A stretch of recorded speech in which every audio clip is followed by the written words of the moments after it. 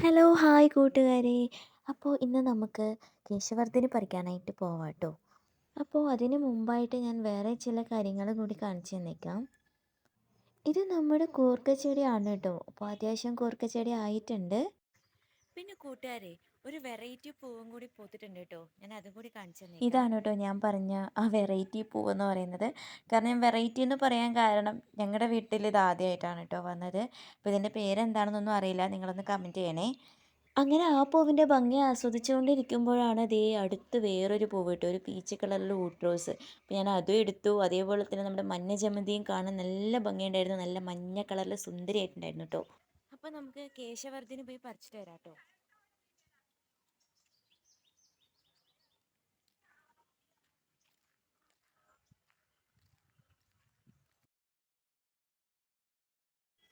മുമ്പ് കുറേ കേശവർദ്ധിനി ഉണ്ടായിരുന്നതാണ് കേട്ടോ.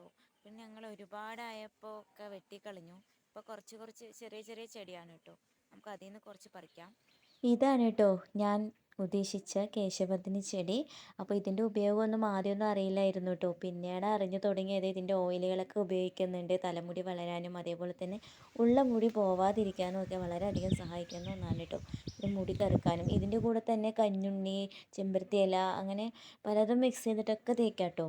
ദേ ഈ കാണുന്നതൊക്കെ പുതുതായി തളിർത്ത് വന്നിട്ടുള്ള ചെടികളാണ് കേട്ടോ. നമ്മളിങ്ങനെ തലപ്പ് നുള്ളി എടുക്കാനാണ് കേട്ടോ ചെയ്യുക. എന്നാലേ വീണ്ടും വരുള്ളൂ. ഇത് നമുക്ക് ഇത്രയും മതിയാവും കേട്ടോ.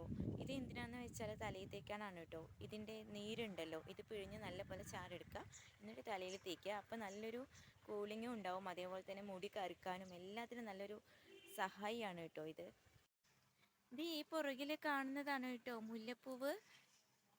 ഞാൻ മുമ്പ് ഒരു വീഡിയോയിൽ ചെയ്തിട്ടുണ്ടായിരുന്നില്ലേ, കുറേ പൂത്തിട്ടുണ്ട് കേട്ടോ. നമ്മുടെ നാരങ്ങ ഒന്ന് പഴുത്തിട്ടുണ്ട് കേട്ടോ. നമുക്ക് അതുകൂടി ഒന്ന് പറിക്കാം.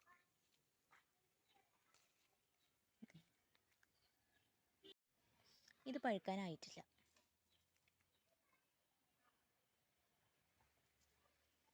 പഴുക്കാനായാലോ ദേ. അപ്പോൾ ഇതാ ഒരു പഴുത്ത നാരങ്ങയും കൂടി കിട്ടിയിട്ടുണ്ട് കേട്ടോ. ഇനി നമുക്ക് വീട്ടിലോട്ട് പോവാം.